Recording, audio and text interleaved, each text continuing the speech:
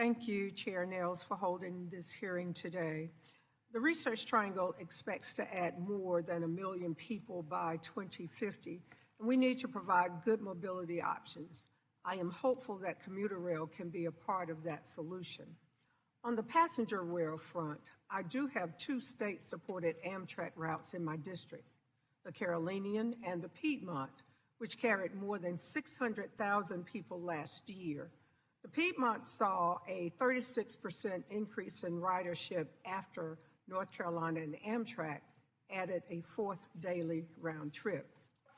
In early December 2023, the U.S. Department of Transportation announced a $1 billion grant to develop a new intercity passenger rail route between Raleigh, North Carolina, and Richmond, Virginia, along the CSX line that will connect North Carolina with Virginia, Washington, D.C., and other destinations along the Northeast Corridor. I am proud to see this historic investment, which will bolster transportation options in North Carolina for North Carolina's residents. I championed this investment long before arriving to Congress and appreciate the work my predecessor, former Transportation Appropriations Subcommittee Chair David Price, did to develop this intercity passenger rail route. This generational investment, made possible by the bipartisan infrastructure law, will make historic changes in my district. I look forward to working with you, Mr. Chair, and with our committee to ensure that this type of investment continues in the future. Let me now turn to rail safety. I am hopeful that this committee will focus on this important matter because we have not yet heard a hearing on the Norfolk Southern derailment that happened in East Palestine, Ohio, or the 1,000 or so other derailments that occurred across the country last year. Last month, Secretary Buttigieg sent a letter to the Class I Freight Railroad Association that expressed concern with the freight railroad's resistance to improving safety.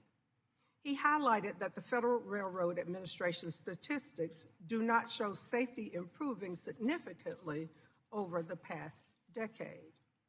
He encouraged the railroads to join with Congress and regulators to improve safety rather than continue to fight against proposed safety reforms.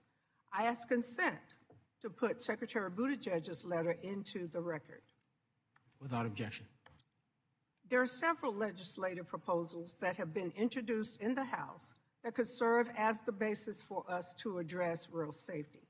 Furthermore, the National Transportation Safety Board, or NTSB, has 190 outstanding rail safety recommendations from prior accidents and incidents. The chair told us this in January and reiterated it again last week during her renomination hearing.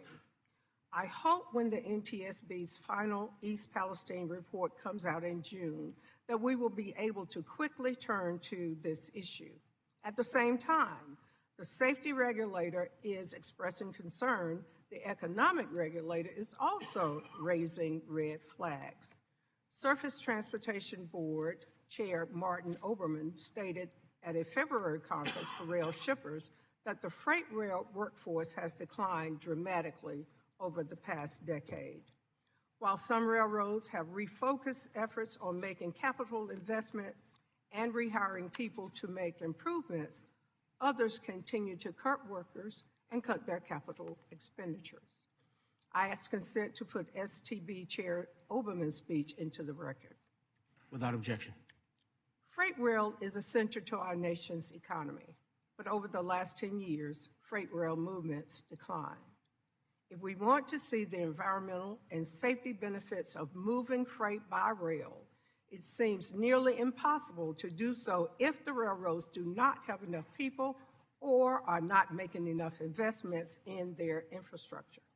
Turning back to commuter rail, we have been discussing in my district introducing commuter rail to Durham since the early 1990s, but we don't yet have it. I look forward to learning more about commuter rail services around the country from our witnesses, and Mr. Chair, I yield back.